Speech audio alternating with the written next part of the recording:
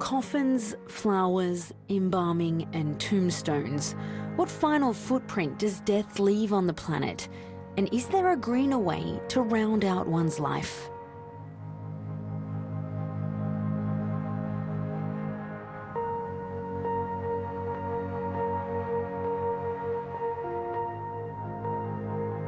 Je suis Amanda Clos et ici nous sommes au cimetière naturel de Souchez, à Niort. On est dans un endroit où le végétal a vraiment toute sa place. On a des arbres de belle taille, on a de la pelouse un peu partout, des végétaux, une prairie sauvage. Ici, les caveaux béton sont interdits. De même au niveau des matériaux, les cercueils seront forcément en bois simple, non vernis, non traités. Les urnes seront dans des matériaux biodégradables. Alors on accepte également les cercueils en carton. Dans notre charte, c'est vrai qu'on va plutôt inciter la famille à éviter les soins de conservation. Il est certain qu'au final, au cimetière naturel, on va être sur une sépulture plus simple et donc moins coûteuse. On est vraiment sur un refuge, une sorte de bulle végétale. Donc c'est à la fois appréciable pour la faune et la flore, et c'est très appréciable aussi pour les personnes qui viennent dans ce cimetière, qui, en se posant comme je le fais là sur ce banc, peuvent entendre les oiseaux, les insectes, le bruissement des feuilles. Notre souhait, c'est pas forcément qu'il y ait des copier-coller du cimetière naturel dans toutes les communes, mais au moins, en effet, que ça permette à d'autres communes de s'en inspirer et d'imaginer autre chose que les cimetières traditionnels qu'on trouve un petit peu partout.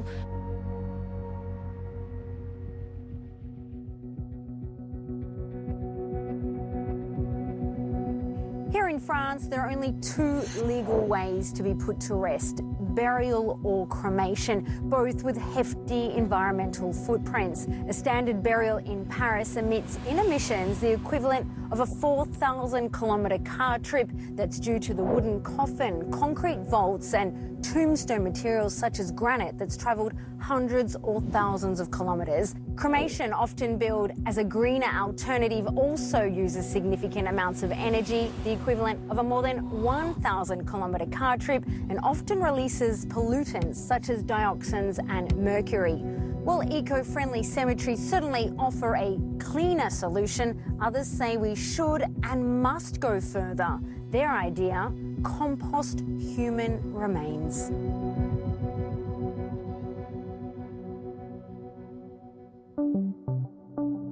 Il y a pratiquement 40 ans que pour moi c'est limpide, c'est dans une butte de compostage que je veux terminer. Je m'appelle Francis Busigny, je représente un groupe de bénévoles qui milite pour obtenir la légalisation de l'humusation. L'humusation, c'est obtenir la métamorphose en 12 mois des défunts en humus sain et fertile. Aujourd'hui, on a constitué une butte de mise en humusation.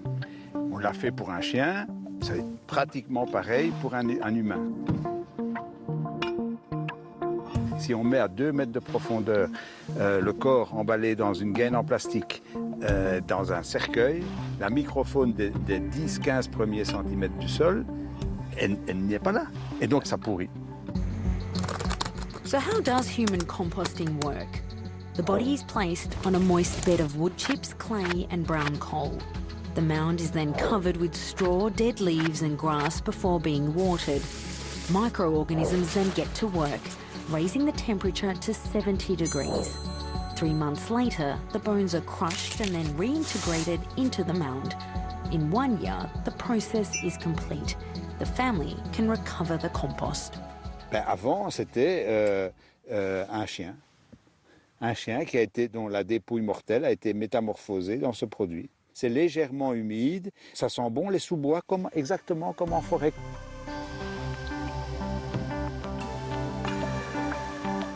Mourir comme ça, c'est pas mourir. De savoir qu'1 an après, je vais faire pousser des fleurs, des arbres, pourquoi pas des poros, et redonner la vie pour les suivants, quoi, pour toutes les générations futures.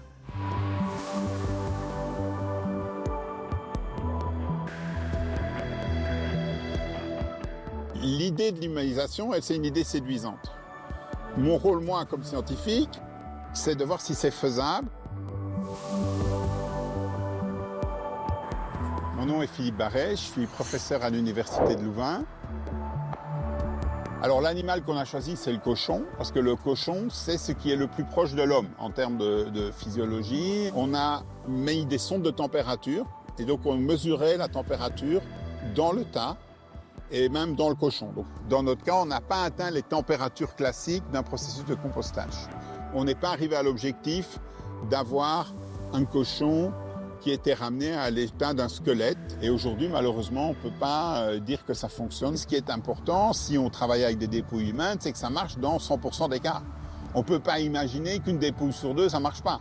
Mais en fait, les contraintes sont telles qu'on n'arrive pas à atteindre cet objectif et que probablement, on doit être un peu plus modeste.